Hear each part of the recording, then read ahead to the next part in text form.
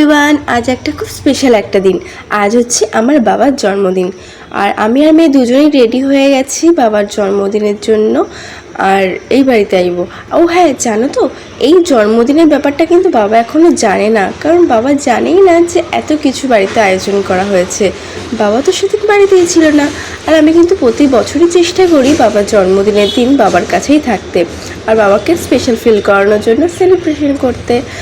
আর এই দেখো, বাবার জন্য এই কেকটা আমি অর্ডার দিয়ে বানিয়েছিলাম, বেস্ট ড্যাড এভার। কেকটা কেমন হচ্ছে অবশ্যই কিন্তু কমেন্টে জানিয়ে দিও। আর এটা পুরোটা একা আমার পক্ষে করা পুরোটাই অসম্ভব ছিল। এই যে সমস্ত রান্না বান্না, এটা পুরোটাই করেছে আমার মা আর বৌদি মিলে। আর দাদা এই যে গেঞ্জিটা, এই গেঞ্জিটা দাদা গিফট করেছে। এখানে ঠাম্মা বাবাকে আশীর্বাদ করছে, আর জন্মদিনের যে মেন যেটা পায়েস, সেই পায়েসটাও ঠাম্মা নিজের হাতে খাইয়ে দিয়েছে। আর বাবা মাকে এরকম ছোটো ছোটো আনন্দ দিতে ভীষণ ভালো লাগে। আর বাবা প্রচণ্ড খুশিও হয়েছিল, কারণ বাবা তো জানতোই না আমরা যে আসবো, এত কিছু যে বাড়িতে আয়োজন হবে।